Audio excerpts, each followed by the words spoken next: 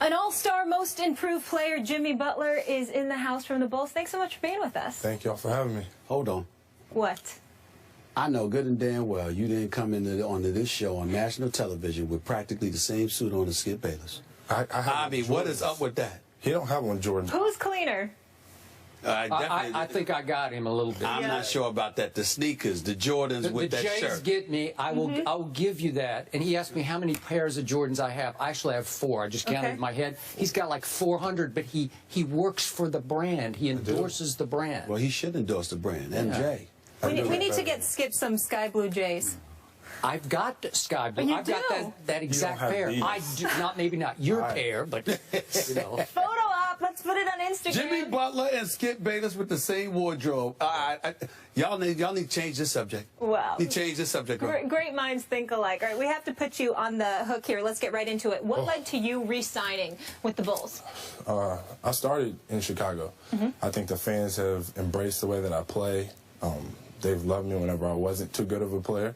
And now I guess I'm okay. I'm pretty decent. So I think it was a place for me. Incredible. Well, you're better than decent. I'm proud of you, bro. Because first of all, let's make sure we understand this. The 20-point average, you know, the 35% shooting from three-point range, the 46% shooting from the field, being an all-star, the most improved player, defending better than most in this league. But more importantly than that, you're somebody who bet on yourself. You and I were together like the first game of the season in Chicago, and this guy couldn't reach an agreement with the Chicago Bulls, so he bet on himself, and this is what happened for you. I want to know how tough this season was for you. Were you worried at all, knowing that a contract year was coming, you bet on yourself, and obviously any kind of injury or anything like that could have cost you millions of dollars? It crossed my mind, but I was so confident in the work that I put in last summer that I knew what I was capable of. I knew what I was going to do this year. My trainer, Chris Johnson, who I call Dodo because he's not the smartest individual. Wait, he's sitting across the floor, right? He's definitely over there. Way to go, Dodo. Dodo. He prepared me extremely well, and he's doing the same thing this summer, and I'm still working to get better. Go ahead, Skip. Do you want to ask about Derrick Rose? Well, it's definitely coming. Okay, we got to do it. Go ahead. Go ahead. I'm going to tell you what I hear from a lot of people I know in Chicago, where I once worked. That Derrick Rose is a little threatened by you because you have emerged as, at this point in your career, maybe a little better all-around player than he is, given his knee issues, which are ongoing. And that he's just a little threatened. You've been quoted as saying you have absolutely no problem with Derrick, and I believe that 100%. But have you felt, or how much have you felt, a little friction on his part back to you? I don't think it matters. If we win, this isn't an issue. But since we lost, it's an issue. I think it gives y'all something to talk about, to tell you the truth. Okay. But if we win the championship, nobody's worried about any of that. The only reason that it came up is because we lost. I don't think we have any beef or whatever you want to call it. I think we just want to win. We didn't win, so now we're beefing. Now we have problems with each other, and I don't think that's the case. Have there been any minor incidents on his part back to you? Little things that he would say? No, I think he's always been supportive of me being aggressive, especially on offense. We all know that I'll be the aggressor on defense. So, I mean, from what I can tell, the guy's always been in my corner. For the record, I've never believed that for 1 second for 2 reasons. Number one, Derrick Rose's personality, that's not him. Yeah. Number two, and more importantly, the greater Jimmy Butler is, the better it is for D. Rose because it takes more pressure off of D. Rose. And we've always said for years that D. Rose needed some help at the guard spot so he could get somebody that could feed off of him and he could feed off of them and they can go from there. Based on what you saw this year, however, with Derrick Rose, how confident are you in him moving forward from a health standpoint? Because even though he had some great moments, here's my issue with Derrick Rose, the consistency. Because that last game, that when y'all didn't show up, he got outplayed by Matthew Dellavedova. That was a problem for me. And ain't no way. Matthew Dellavedova, no disrespect, I like him. He shouldn't even be mentioned in the same breath as Derrick Rose. Agreed. I don't know. I think we came out flat, and then at a certain point in time, that was the game. I don't think that's the way it's supposed to be, but I think that's what happened. I don't think there's a problem with that. I'm confident in the group of guys that we have. You know, we basically got the same team back with the addition of Bobby Portis, our new rookie. But I'm comfortable where we're at. You know, new coach, but we'll be all right. Why would you be comfortable considering how the season ended and the fact that you guys just got to the semifinals of the Eastern Conference? If a championship is the objective, the roster stays the same. What would make you feel comfortable? We're getting to know each other a lot more. Everybody didn't play together. You know, me and Derek for the first time, really, with the addition of Powell. Everybody's in a different role. Now I think everybody understands their role. So moving forward, I think everybody's okay. Everybody's okay with me being much more aggressive on offense like I was in the past few seasons. So it's all a building process. It's all a learning curve. So I think we're ready. You made your name in this league on the other end of the floor, the defensive end. How hard is LeBron James to guard? I mean, you see what the guy does on a nightly basis. He's one of the best players to play the game. You have to give him credit for that. But I look forward to it. I think guys respect guys that don't back down from challenges, you know, and that can guard and then go score on the other end. I just think he's a hell of a player, along with a lot of other players in this league. But he put that team on his back. He made that team go. I wanted to transition back to Chicago for a second in terms of Tom Thibodeau. I mean, he coached there the last 5 years. He's universally recognized as one of the better coaches in the NBA. Y'all won 50 games last year. You get to the semifinals of the Eastern Conference, and Tom Thibodeau is without a job. What was it like last year? Because he clearly had lame duck status attached to him as a coach, regardless of what anybody tries to deny. That was a fact, and it's proven now that he's gone. What was it like for you guys playing under him, not just last year, but in your career? What has it been like for him, like playing under him? It was great for me. You know, this is my first coaching change, so it's something I haven't experienced before. I think Tibbs is really great at what he does. You know, you could talk about how everything came up that he was going to get fired after last season, but his job was still to win games. That's what he tried to do to the best of his abilities. I still have a relationship with him. I don't think that that's a problem. I mean, he was my coach for the first 4 years while I was in this league. He's a good guy, and I know he's going to be back in this league very soon. So, should the Cavs still be favored to win the East? You think I'm going to say yeah to that question? I'm just curious. Well, I'm curious to hear what you say, because I think you're starting to come out of your shell a little bit. I think I like our chances. I don't think anybody plays this game to lose, so I can't say that the Cavs are going to win the East. I think. So should you be the favorite? Of course. Why not? Okay. Why can't we be the favorite? Yes, you know why. LeBron. Yes, they have LeBron. You know why. Yes, they have LeBron. That's okay. He's been beat before. I mean, not by us, but it's possible. Anything's possible. Well, I must admit to you, let me just say it to your face. Last year, we walked into the season, and the mentality was it was about Cleveland and Chicago.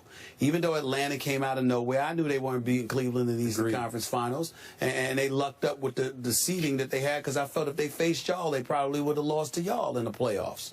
Having said all of that, this is a different year. And when we talk about Cleveland, forget Cleveland. That's a given. Because of LeBron, they'll be there. I think Miami has eclipsed y'all. Oh, really? Has eclipsed. Yes, I said it. I said it. Okay. I mean, I know they got you, and they got Derrick Rose, and I'm a fan of Pau Gasol's. I don't know about the health of a Joakim Noah. That's a question mark. I don't know what Hoiberg is going to bring to the table, because he's replacing a great coach in Tom Thibodeau, all right? But I look at Miami.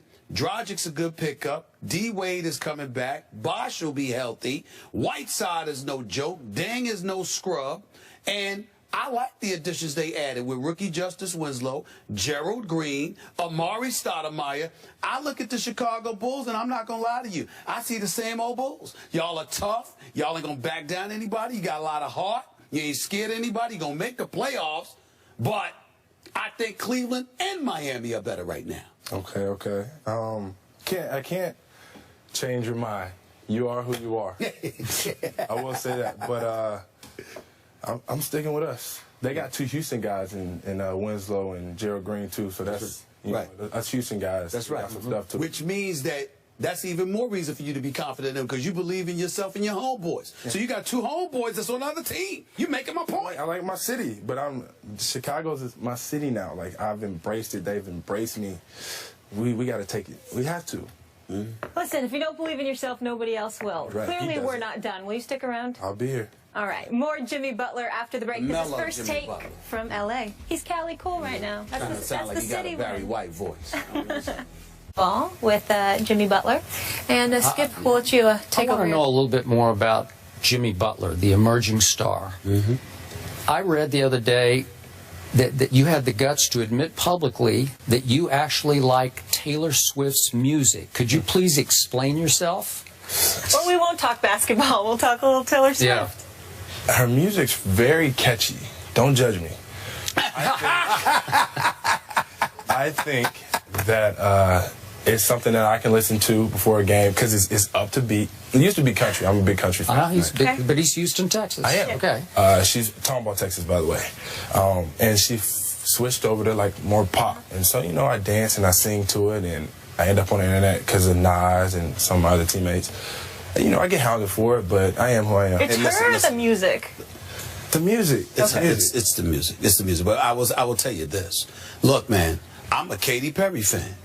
You see? So, I mean, What's your jam? That's a teenage. I mean, the California Fireworks? girls with her and Snoop Dogg. I mean, the whole bit. I love Katy Perry. Love Katy Perry. And then, you know, some people say Taylor Swift, but I say Katy Perry, and I'm from Hollis, Queens, so it's all right. It's all right. Skip, you have anyone you want to share? Why I don't everyone's know. It's sharing? not about me. It's about Jimmy. That's right. It's about. Yeah. It's about. But let me say this: as you look at so many players in the NBA, to piggyback off of what Skip was asking you, what do you think makes you different than what exists in the NBA today from other players? I think I am who I am. On the floor, off the floor. I'm not going to change. You know, I'm from a small town, not supposed to be here talking to y'all right now. Not supposed to be in the NBA, but I'm here. That doesn't change who I am as a person. I still love, you know, all of my fans, all the people that helped me to get here. And I'm going to continue to be that. After my career, while I'm playing, I will be who I am. Let's go back to your basketball team. Coach Tibbs was who he was, maybe to a fault. Give us some insight into why that decayed and finally ended so badly for him in Chicago. I don't know. I don't think that's my job. You know, that's the general management job. My job is to play basketball, help win games. Obviously, I did not have a problem with Tibbs. I think we have another great coach in Hoiberg. From where I'm sitting down, talking to him and listening to what he has to say and his plan moving forward, I mean, I think he knows what he's doing. Give me some insight into how concerned the team is, how concerned you think the city is, that the window of opportunity that y'all have is diminishing before our very eyes. Some people look at you guys and think that. To that you say what? I think we have to prove ourselves. We have to win. We can't keep saying this is our year, this is our year, this is our year, and not make it happen. It is a concern, but I really think that we're capable of it. You know, if everybody stays healthy and we just play together and play hard, we really can win. But, you know, I'm just saying it, like I said, last year and the year before that, we got to make it happen. So your ex-coach played you more minutes than anybody. Do you want the new coach to cut that down just a little bit? Because I think management wanted to cut down just a little bit. Yeah, I want to play because when I was a rookie and I wasn't playing, I always was nagging, I want to play, I want to play, I want to play. Well, he gave me more minutes than anybody in the league. I can't complain, and I never will complain. I love this game. If that's what my team needs me to do, that's what I'm going to do. Play however many minutes. Let's go back to your belief that your team can contend. I've already told you I think Miami and Cleveland are better in the East. Yeah, you heard me the first time, but my thought wasn't complete, Barry White. It wasn't complete, okay? Here's the deal. Out West, you got San Antonio that acquired LaMarcus Aldridge, kept Kawhi Leonard, Tim Duncan obviously staying, etc., etc. Oklahoma City, we anticipate and hope that the great Kevin Durant will come back healthy. DeAndre Jordan came to his senses and decided to stay in Los Angeles instead of thinking. Say what? Houston get it. Yes, that's right. No, the Houston Rockets, by the way. Okay, you look at all the things that transpired in free agency. What do you think? Who do you think had the best free agent period? You're asking me that That's question? right. That's You're right. asking me. No, I'm not talking about you and your new You deal. asked me the question. Outside of you. Outside of you and the Chicago Bulls. Oh, okay. Who do you think had the best free agency? I'm going with San Antonio. Thank you. I'm going with San Antonio. LA is a constant mismatch problem for people, and the dude can play. He's a Texas kid, Dallas. Oh, close enough. I'm just saying, my state. Okay. We got the message, but, you know, Kawhi is a hell of a player. And the core team that they already have, they've already won it. They've already played together for so many years. They really got better with the additions that they added. Yeah, they lost a few pieces, but that one piece in LA, that's going to take them over the top. So, to conclude all this, you will win the East next year, you're saying. You're on record, right? I have to be on record saying that. I have to. I can't say we're going to lose. We don't play this game and lose. Yes, we're not listening to your opinion. Jimmy, you're off the hot seat. Don't worry. Thank you so much. Congratulations on a great season and good luck this upcoming season. I appreciate it. We Congrats, appreciate bro. it. Thank you. Much deserved. It's ESPY's Weeks. We're out here in LA, so another big guest is joining us, Grammy-nominated rapper Big Sean. He's got a new single, One Man Can Change the World, also his video. You can see it right here now, featuring John Legend and Kanye West off his latest album. We'll talk to him on the other side of the break.